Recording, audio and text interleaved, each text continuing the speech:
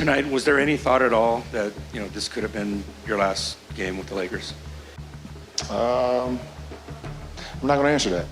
Darvin Ham's future with the Lakers, to say the least, is very uncertain, and the Lakers have had every opportunity to publicly say that Darvin Ham is their coach. Things have never been this tumultuous for the Los Angeles Lakers, not even when they had Russell Westbrook on the roster. Okay, that may have been a stretch. But to give you an idea, LeBron James is threatening retirement once again. Darvin Ham is literally declaring war on all of the Los Angeles Lakers. And now the Lakers are entertaining drafting Bronny James in order to keep LeBron? What? But before we get to the content, make sure you drop a like, subscribe, and turn on our notifications to help the channel grow. We're on the grind to 1 million subscribers. We're about 90K subs away. Now that we get all that out of the way, cue the intro.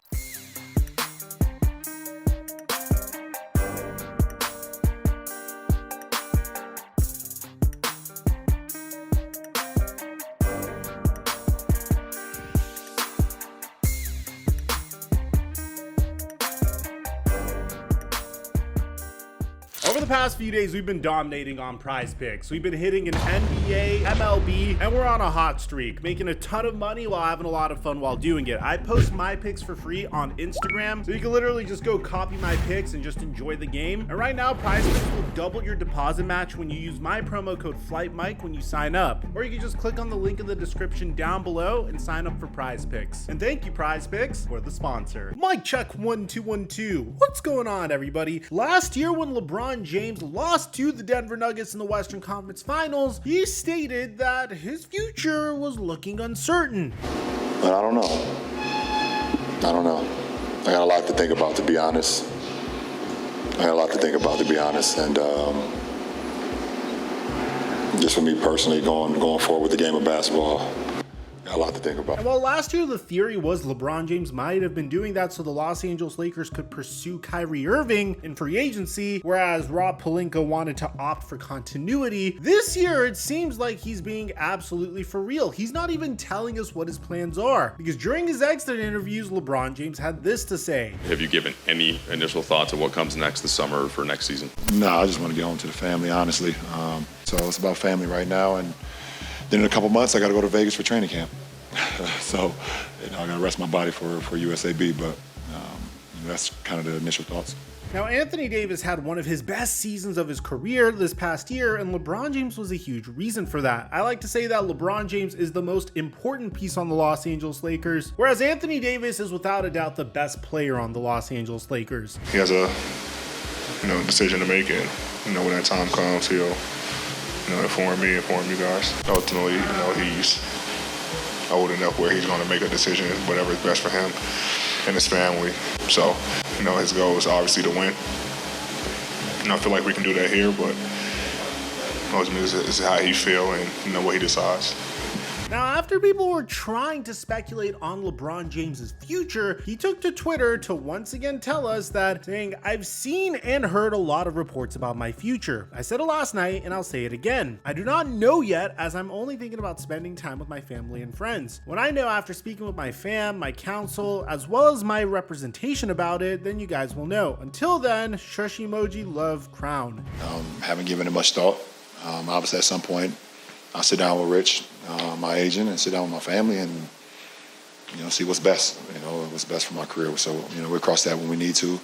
And as a result, there's so much speculation about what LeBron James's future is going to be. You see, the moment the Los Angeles Lakers lost to the Denver Nuggets, Shams Charania immediately posted an article about the dysfunction of the Los Angeles Lakers. It's almost as if he felt like the Los Angeles Lakers weren't going to come back from a 3-0 deficit. Now, who else would do that? Shams dropped an article titled, "Inside a Lakers Season Gone Wrong, What's Next for LeBron James and Darvin Ham?" And this article is broken up into multiple pieces. Primarily, it has to do with LeBron James's future, where the Lakers are at, how the relationship with the Los Angeles Lakers and LeBron James is, and what the future is looking like for Darvin Ham. From the perspective of LeBron James, he's consistently flip-flopped on his opinion with his son. In 2022, he famously told the world that the final year of his career will be played with his son. But in 2023, he changed tune, saying that he'd be fine if Bronny either played in the same uniform as him him or in a matchup against him. But then tragedy would strike with Bronny James suffering a cardiac arrest. Thankfully he was okay, but he wasn't able to put forward his best foot at USC. And as a result, he's currently in limbo. Bronny James now declared for the NBA draft while also maintaining his eligibility. For all you know, he could return to college. We don't know where he'd go to school. We don't know if he's for sure going to enter the NBA draft. Bronny's future primarily depends on what team would be willing to take a chance on him. And chances are, if there's no team that is willing to take a chance on him, Bronny could return to school, or the Lakers could sign him outright as an undrafted free agent. Unless if some team wants to be a generational troll and draft him with like a second round pick, which at that point, given what could come with Bronny, makes a lot of sense. For all you know, LeBron James is just saying all this stuff just so he could avoid other teams from drafting Bronny, so the Lakers could sign him. Regardless, the Los Angeles Lakers made it known that they are willing to bring on Bronny James and potentially draft him in June just to appease LeBron. The question is how they plan on doing that. Are they going to spend the 17th overall pick in the 2024 NBA draft on a player that averaged 4.8 points, 2.8 rebounds, and 2.1 assists per game while shooting 36.6% from the field and 26.7% from three? That would be insane. I don't think we've ever seen a situation like this before in NBA history. But the James camp is trying to dismiss how big of a deal this is. I mean, according to this account that is subtweeting Woj, he spoke to Rich Paul. The idea of Bron and Bronny playing together is no longer a priority. They're looking for the right developmental system for Bronny. Bron is likely back with the Lakers. It's just a matter of the structure of the deal, which is a 2 to 3 year deal potentially, which at this point would make a lot of sense because LeBron has been consistently opting out of his contract each and every year to try to make the most money that he possibly could. Now, signing a 2-year contract with a 1-year player option is very consistent with what LeBron James typically does. But this brings us all to the rest of the Los Angeles Lakers. What about everybody else? What about their head coach? What are they going to do with Darvin Ham? Is Darvin Ham gone for good? Well, in the very beginning of this series, it was a known fact that Darvin Ham was likely to return no matter what. But Darvin Ham had one of the worst playoff series that you could have ever seen from a head coach. Let's talk about the most famous sequence of this series with Anthony Davis calling out Darvin Ham. This article touches up on it, where Anthony Davis said this. We have stretches where we just don't know what we're doing on both ends of the floor, and those are the ones that cost us. So what is Anthony Davis alluding to here? Well, according to this article, during the regular season matchups with the Denver Nuggets, Lakers players privately complained about not feeling prepared for Denver's late game offense. Those criticisms continued into the playoffs, leading to an awkward back and forth between Davis and Ham between games 2 and 3. In game 2, Davis had a career best playoff half, making 11 of his first 12 shots. Overall, he made 14 consecutive field goals after missing his first, but after the Nuggets called timeout, trailing by 20 points with 10 minutes remaining in the third quarter, they made an important defensive adjustment that would alter the course of the game and ultimately the series. And this was probably the most frustrating thing to watch as a Laker fan because Darvin Ham didn't counter it at all. All the Nuggets did was change Nikola Jokic's defensive assignment from Anthony Davis to Rui Hachimura, which forced Aaron Gordon to move from LeBron James to Anthony Davis and Kentavious Caldwell-Pope from D'Angelo Russell to LeBron James. And as a result, Anthony Davis would disappear in the fourth quarter, largely standing in the corner as the Lakers instead chose to run James Hachimura pick and rolls in order to target Nikola Jokic. And that's what resulted in Anthony Davis calling out Darvin Ham. But how would Darvin Ham respond? Well, this is something that irked the Lakers, and I've shown you guys this clip before. I mean, I just think sometimes the plays don't turn out the way you think they should. The frustration sets in a little bit, but I don't think it's for us not being organized. I'll agree to disagree on that one. Now, apparently, Lakers brass didn't like this at all because Darvin Ham's response was viewed as an unnecessary amplification of Anthony Davis's comments. Ham could have downplayed the remark or even agreed with his superstar's criticism of the team's execution after that blown 20-point lead. But Ham instead talked up his coaching staff and dismissed the sentiment behind Davis's comments as simply frustration. The notion of engaging in a public back and forth with a franchise cornerstone in Davis, who signed the richest annual contract extension in league history in early August, was seen internally as ill-advised. But that wasn't the only quote that didn't sit well with Lakers brass. When the Lakers lost to the Grizzlies on January 5th, which would make their 4th consecutive loss in a row, Darvin Ham would say this. I'm tired of people living and dying with every single game we play. It's ludicrous.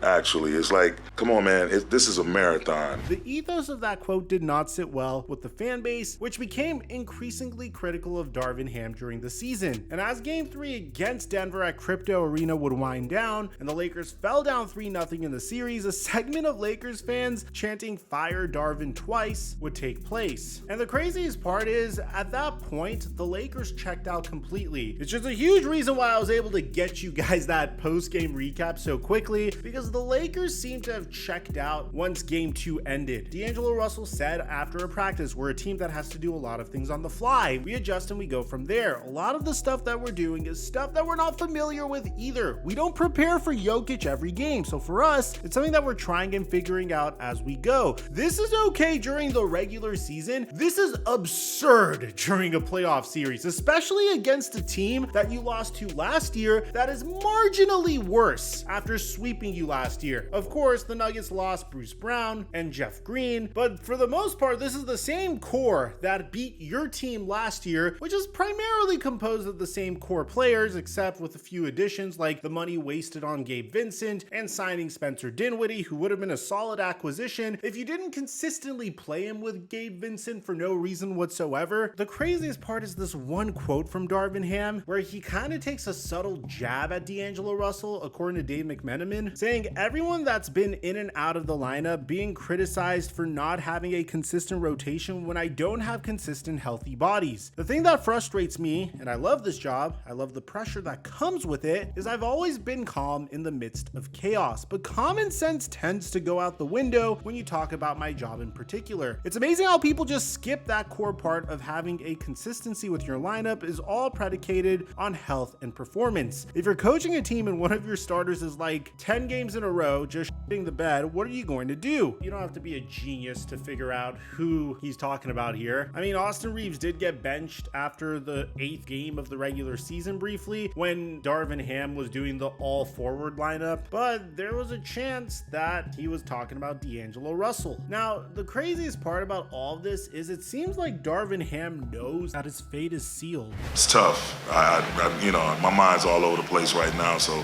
that's a great question, but maybe at some point later on I'll give you an answer. It's been a hell of a 2 years, though, I tell you that. Sitting in this seat, it's been a hell of a 2 years. And even crazier than this is the fact that Bryce Maximus James reposted this meme onto his TikTok. And even Shams is mentioning that Darvin Ham's future as the Lakers head coach is in serious jeopardy. Some close to the organization have indicated that Ham's return next season is highly unlikely. And that's because of the several decisions throughout the season that caused doubt within the Lakers, like benching Austin Reeves and D'Angelo Russell during a losing streak after the in-season tournament, and the fact that it seemed like he gave Taurean Prince and Cam Reddish more chances as opposed to Reeves, Russell, and Rui Hachimura. So what's next for the Los Angeles Lakers? A part of me can only sit here and lament and wonder how the Lakers would be if they hired Tyronn Lue instead of Frank Vogel all those years ago. They were very close to doing so. They were far apart on numbers, and now Ty Lue is coaching the Clippers, and his issue over the past couple of years was having his core roster consistently be healthy, which the Lakers have struggled with health, primarily in 2021. But man, one has to wonder what could have been if Ty Lue was the head coach of the Los Angeles Lakers instead of Darvin Ham, because he's a mastermind whenever it comes to adjustments. There's no question about it. For the second year in a row, a championship level head coach completely out-schemed Darvin Ham. This was the reason why the Lakers lost, because of inexperience at the head coaching position. And I guess that's why I feel so apathetic whenever the Lakers say, hey, we might go out and trade for Trae Young, or hey, we might go out and trade for Kevin Durant, because even if you trade for Trae Young, or even if you trade for Kevin Durant, it doesn't make the slightest bit of difference. Kevin Durant had a super team this past year, and he wasn't able to beat a well-coached young team with homegrown talent in the Western Conference that played solid defense and had a superstar offensively in Anthony Edwards. And the same could be said for the Los Angeles Lakers. Trae Young isn't going to save a 40-year-old LeBron James and Anthony Davis from terrible coaching. The team, in my opinion, is perfectly fine the way it is. The coaching is what needs to change. So who could you expect to officially replace Darvin Ham? Well, there are two candidates that come to mind. One of them is a little bit more further out there. We made a video on JJ Redick being a candidate to coach the Charlotte Hornets, and some people are speculating that since he has a podcast with LeBron James, that this podcast was actually created so LeBron James could teach JJ Redick how to be his head coach. JJ and LeBron start a podcast. JJ says he wants to be a coach.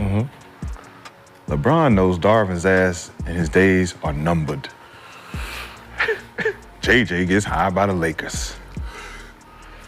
LeBron is still a player. JJ get to coach LeBron. They bring in Bronny. The podcast thrives. They're still doing the podcast. But I think the more reasonable expectation here is a legacy coach from the Los Angeles Lakers once again. And I will admit, I don't really know how I feel about this because Darvin Ham was also a legacy coach for the Los Angeles Lakers. He was an assistant from the 2011 to 2013 season, and another assistant from that same season as a developmental coach is none other than Phil Handy. Now, Phil Handy has been an assistant coach with the Los Angeles Lakers from 2019 until now.